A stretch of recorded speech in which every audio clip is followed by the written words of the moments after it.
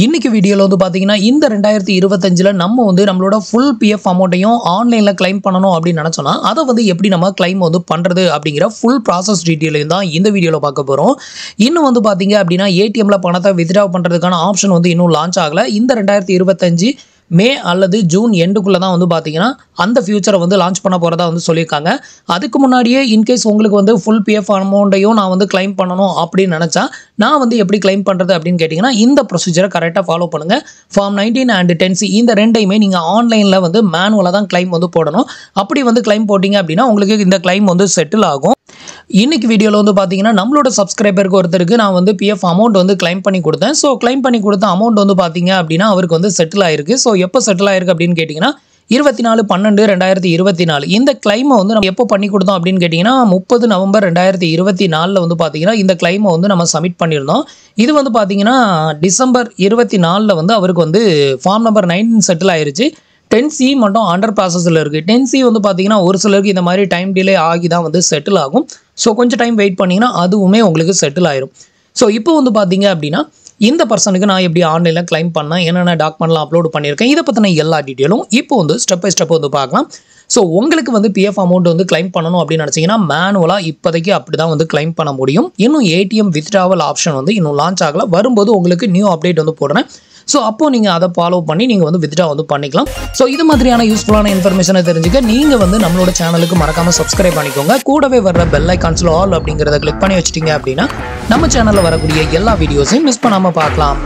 இப்போ வந்து பார்த்தீங்கன்னா எப்படி நம்ம வந்துட்டு நம்மளோட பிஎஃப் அமௌண்ட்டை ஆன்லைனில் மேனுவலாக கிளைம் வந்து போடுறது அப்படிங்கிறத ஸ்டெப் பை ஸ்டெப் வந்து பார்க்கலாம். ஃபர்ஸ்ட் வந்து பார்த்தீங்கன்னா உங்களோட அக்கௌண்ட்டை வந்து லாகின் பண்ணிக்கோங்க. லாகின் பண்ணிட்டோம். ஸோ இப்போ வந்து பார்த்தீங்கன்னா ஆன்லைன் சர்வீஸ் அப்படிங்கிற இடத்துல கிளைம் அப்படிங்கிற இந்த ஆப்ஷனை வந்து செலக்ட் பண்ணிக்கோங்க.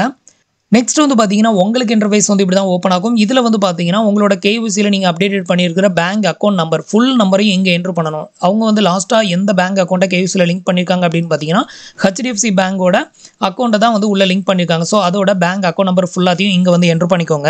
இப்போ வந்து பார்த்தீங்கன்னா நான் வந்து அக்கௌண்ட் நம்பரை என்ட்ரு பண்ணிட்டு வெரிஃபை அப்படிங்கிற ஆப்ஷனை வந்து கிளிக் பண்ணுறேன். நெக்ஸ்ட் வந்து பார்த்தீங்கன்னா உங்களுக்கு இது மாதிரி ஒரு டேர்ம்ஸ் அண்ட் கண்டிஷன் வந்து ஓப்பன் ஆகும். இதில் வந்து எஸ் அப்படிங்கிறத மட்டும் கிளிக் பண்ணிக்கோங்க. இப்போ எஸ் கொடுத்ததுமே அடுத்தது பேஜில் வந்து பார்த்தீங்கன்னா கீழே வந்து ப்ரொசீட் ஃபார் ஆன்லைன் கிளைம் அப்படின்னு ஓப்பன் ஆயிரும். இப்போ வந்து இந்த ஆப்ஷனை வந்து கிளிக் பண்ணிக்கோங்க. அடுத்தது உங்களுக்கு இன்டர்ஃபேஸ் வந்து இப்படி தான் ஓப்பன் ஆகும். ஸோ இதில் வந்து பார்த்தீங்க அப்படின்னா நீங்கள் எந்த ஃபார்மெல்லாம் ஃபஸ்ட்டு செலக்ட் பண்ணணும் அப்படிங்கிறத வந்து சொல்கிறேன். இதை கரெக்டாக ஃபாலோ பண்ணுங்கள். இப்போ நம்ம வந்து ஃபைனல் கிளைமுக்கு தான் அப்ளை பண்ண போகிறோம் அப்படின்னா I want to apply for அப்படிங்கிற இந்த இடத்துல வந்து பார்த்தீங்கன்னா ஃபஸ்ட்டு வந்து ஃபார்ம் நம்பர் 19 தான் வந்து கிளைம் பண்ணணும். அதுக்கப்புறம் 10C வந்து கிளைம் பண்ணணும். இந்த ரெண்டே ஃபார்ம் மட்டும்தான் நம்ம கிளைம் பண்ணணும். நிறைய பேர் என்ன பண்ணிடுறாங்கன்னா அட்வான்ஸ் ஃபார்ம் 31 அதையும் சேர்த்து கிளைம் பண்ணி வச்சிடறாங்க. நம்ம ஃபைனல் கிளைமுக்கு அப்ளை பண்ண போறோம் அப்படிங்கிறப்போ அதில் வந்து அட்வான்ஸையும் நம்ம வந்து கிளைம் போட்டோம் அப்படின்னா 3 கிளைமே ரிஜெக்டட் ஆயிரும். ஸோ நீங்கள் ஃபைனல் செட்டில்மெண்ட்டுக்கு அப்ளை பண்ணுறீங்கன்னா ஃபர்ஸ்ட் வந்து ஃபார்ம் நம்பர் 19 தான் நீங்கள் செலக்ட் பண்ணி நீங்கள் கிளைம் வந்து போடணும். நிறைய பேர் ஃபார்ம் நம்பர் 19 விட்டுட்டு டேரெக்டாக 10C கிளைம் பண்ணுறாங்க. அந்த மாதிரி கிளைம் பண்ணாலும் அது வந்து ஒரு ராங்கான ஒரு ப்ராசஸ் அப்படின்னு சொல்லணும். ஸோ இந்த மாதிரி நீங்கள் டேரெக்டாக 10C வந்து கிளைம் போட்டிங்க அப்படின்னாலும் உங்களுக்கு ரிஜெக்டட் தான் ஆகும். ஃபர்ஸ்ட் ஃபார்ம் நம்பர் 19 கிளைம் பண்ணி எடுங்க. அதுக்கப்புறம் 10C வந்து கிளைம் பண்ணுங்க.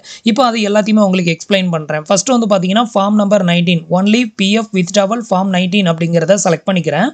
இதை வந்து செலக்ட் பண்ணதுமே அடுத்தது கீழே வந்து பேஜ் வந்து எக்ஸ்டெண்ட் ஆகும். இந்த இடத்துல வந்து பார்த்தீங்கன்னா ஃபார்ம் நம்பர் 15G வந்து அப்லோட் பண்ண சொல்லும். இந்த இடத்துல யாரெல்லாம் ஃபார்ம் 15G வந்து அப்லோட் வந்து பண்ணணும் அப்படின்னு கேட்டிங்கன்னா உங்களோட டோட்டல் எக்ஸ்பீரியன்ஸ் வந்து பார்த்தீங்கன்னா 5 வருஷத்துக்கு கீழே இருந்து உங்களோட டோட்டல் பேலன்ஸ் அதாவது employee share plus employer share இந்த 2 அமௌண்ட்டை மட்டும் தான் கால்குலேஷன் வந்து பண்ணணும். இந்த 2 அமௌண்ட்டோட டோட்டல் கால்குலேட் அமௌண்ட் வந்து பார்த்தீங்கன்னா 50,000 மேலே இருந்தது அப்படின்னா நீங்கள் வந்து ஃபார்ம் நம்பர் 15G வந்து டவுன்லோட் பண்ணி அதை வந்து மேனுவலாக ஃபில் பண்ணிக்கோங்க. இதை வந்து எப்படி டவுன்லோட் பண்ணுறது, எப்படி நம்ம ஃபில் பண்ணுறது அப்படிங்கிற வீடியோஸ் வந்து நம்ம ஆல்ரெடி அப்லோட் பண்ணியிருக்கோம்.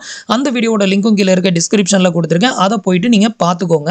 அதை பார்த்தீங்கன்னா உங்களுக்கு வந்து புரியும். அதே மாதிரி உங்களோட டோட்டல் அமௌண்ட் வந்து பார்த்தீங்கன்னா ஒரு 40,000 மேலே இருக்குது. நான் 15G வந்து அப்லோடு வந்து பண்ணலாமா அப்படின்னா தாராளமாக பண்ணுங்கள். இன்கேஸ் எனக்கு வந்து டேக்ஸ் பிடிச்சிருவாங்களோ அப்படின்னு ஒரு பயம் இருக்குது அப்படின்னா நீங்கள் தாராளமாக ஃபில் பண்ணி அப்லோட் வந்து பண்ணலாம். இப்போ நான் கிளைம் பண்ண போகிற இந்த பர்சனுக்கு வந்து பார்த்தீங்கன்னா ஒரு 23,000 தான் இருக்குது. ஸோ அப்படி இருக்கிறப்போ வந்து பார்த்தீங்கன்னா ஃபார்ம் 15G வந்து தேவையில்லை.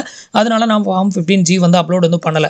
பட் உங்களுக்கு 50,000 மேலே இருக்குது அப்படின்னாலும் அதே மாதிரி 5 வருஷத்துக்கு மேலே இருந்து 50,000 மேலே இருந்தாலும் நீங்கள் வந்து ஃபில் பண்ணிக்கோங்க. ஒரு சிலருக்கு வந்து பார்த்தீங்கன்னா 5 வருஷத்துக்கு மேலே இருந்தாலும் டேக்ஸ் வந்து அன்வான்டாக டெபிட்டட் ஆகுது அப்படின்னு வந்து சொல்கிறாங்க. ஸோ அதனால வந்து பார்த்தீங்கன்னா 50,000 மேலே இருந்ததுன்னா டெஃபினட்டாக அப்லோட் வந்து பண்ணிக்கோங்க. அடுத்தது வந்து பார்த்தீங்கன்னா உங்களோட ஆதார் கார்டில் இருக்கக்கூடிய அட்ரஸ் டீடைல் எல்லாத்தையுமே இங்கே வந்து ஃபில் பண்ணிக்கோங்க.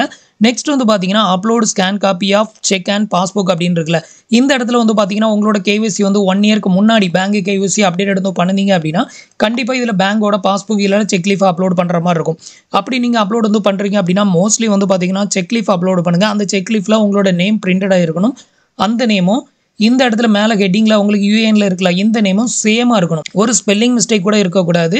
அந்த மாதிரி இருக்கிற ஒரு செக் லீஃப் அப்லோட் பண்ணிங்க அப்போ தான் வந்து உங்களுக்கு ரிஜெக்டட் ஆகாமல் கிளைம் ஆகும்.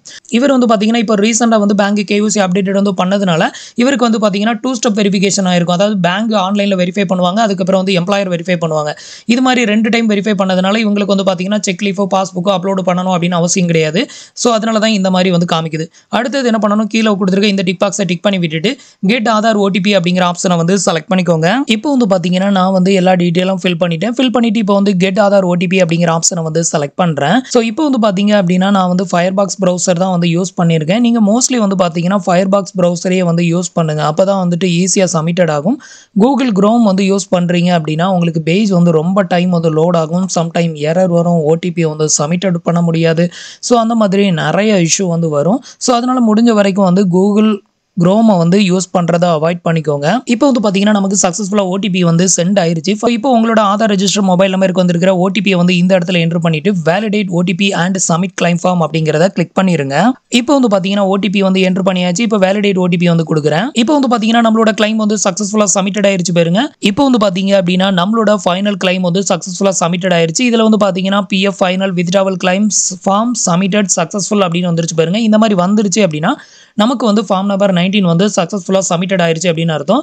ஸோ இப்போ வந்து பார்த்தீங்கன்னா ஃபார்ம் நம்பர் 19 வந்து கிளைம் பண்ணியாச்சு. இதுக்கு அடுத்தது வந்து பார்த்தீங்கன்னா நிறைய பேர் என்ன பண்ணிடுறாங்க, 10C வந்து கிளைம் பண்ணாமல் அப்படியே விட்டுட்டு ஒரு 1 வீக் கழிச்சோ இல்லை வந்துட்டு இந்த ஃபார்ம் நம்பர் 19 செட்டில் ஆனதுக்கு அப்புறமா வந்து கிளைம் வந்து அப்ளை பண்ணுறாங்க 10C. அந்த மாதிரிலாம் அப்ளை பண்ணக்கூடாது. ஸோ தொடர்ந்து நீங்கள் வந்து அப்ளை பண்ணிடுங்க. அப்போ வந்து பார்த்தீங்கன்னா உங்களுக்கு செட்டில் ஆகும்போது ஃபஸ்ட்டு ஃபார்ம் நம்பர் 19 செட்டில் ஆகும். அதை தொடர்ந்து ஒரு 2 நாள் இல்லை 3 நாள் டிலேலையோ இல்லை ஒரே நாளில் வந்து 2 அமௌண்ட்டுமே உங்களுக்கு வந்து ரிசீவ் ஆகும். ஸோ அடுத்தது என்ன பண்ணணும் அப்படின்னு பார்த்தீங்கன்னா மறுபடியும் ஆன்லைன் சர்வீஸ் அப்படிங்கிற அதே ஆப்ஷனை போய் கிளிக் பண்ணிட்டு கிளைம் ஃபார்ம் அப்படிங்கிறதே மறுபடியும் செலக்ட் பண்ணிக்கோங்க. ஸோ நான் இப்போ எக்ஸ்பிளைன் பண்ணுற இந்த ப்ராசஸை வந்து கரெக்டாக ஃபாலோ பண்ணுங்க. டெஃபினட்டாக உங்களுக்கு கிளைம் செட்டில் ஆகும். இப்போ வந்து பார்த்தீங்கன்னா அகேன்ஸ்ட் உங்களோட பேங்க் அக்கௌண்ட் நம்பரை வந்து இந்த இடத்துல என்ட்ரு பண்ணிக்கோங்க. இப்போ வந்து பார்த்தீங்கன்னா ஃபுல் அக்கௌண்ட் நம்பரை என்ட்ரு பண்ணியாச்சு. சேம் ப்ரொசீஜர் தான். அடுத்தது வெரிஃபை அப்படிங்கிறத கிளிக் பண்ணிருங்க. இப்போ வந்து மறுபடியும் ஒரு டேர்ம்ஸ் அண்ட் கண்டிஷன் ஓப்பன் ஆகும். இதில் வந்து எஸ் அப்படிங்கிறத கிளிக் பண்ணிக்கோங்க. அடுத்தது கீழே வந்து பார்த்தீங்க அப்படின்னா ப்ரொசீட் ஃபார் ஆன்லைன் கிளைம் அப்படிங்கிற ஆப்ஷன் ஓப்பன் ஆயிரும். இப்போ இதை வந்து கிளிக் பண்ணிக்கோங்க. நெக்ஸ்ட் வந்து பார்த்தீங்கன்னா உங்களுக்கு இன்டர்ஃபேஸ் இப்படி தான் ஓப்பன் ஆகும். இப்போ வந்து பார்த்தீங்கன்னா I want to apply for அப்படிங்கிற இந்த இடத்துல வந்து பார்த்தீங்கன்னா நம்ம வந்து ஃபார்ம் நம்பர் 19 வந்து அப்ளை பண்ணிட்டோம். ஸோ மறுபடியும் அதையே செலக்ட் பண்ணாதீங்க. அடுத்தது என்ன பண்ணணும்னா only pension withdrawal form 10C அப்படின்னு இருக்குல்ல, இந்த ஃபார்மை மட்டும் தான் செலக்ட் பண்ணணும். இதுதான் கடைசி ஃபார்ம். இதுக்கப்புறம் வேறு எந்த ஃபார்மையும் நம்ம செலக்ட் பண்ணக்கூடாது. ஸோ இதை மட்டும் செலக்ட் பண்ணிக்கிறேன். இப்போ வந்து பார்த்தீங்கன்னா பென்ஷன் ஃபார்மை நம்ம செலக்ட் பண்ணியாச்சு. செலக்ட் பண்ணிவிட்டு இந்த இடத்துல வந்து பார்த்தீங்கன்னா உங்களோட ஆதார் கார்டில் இருக்கக்கூடிய அட்ரஸ் டீட்டெயிலை ஃபில் பண்ணிக்கோங்க. இந்த அட்ரஸை ஃபில் பண்ணும்போது கமா, செமிகோலன், ஸ்லாஷ், பர்சன்டேஜ் இந்த மாதிரி எந்த ஒரு ஸ்பெஷல் கேரக்டரும் யூஸ் பண்ணாதீங்க.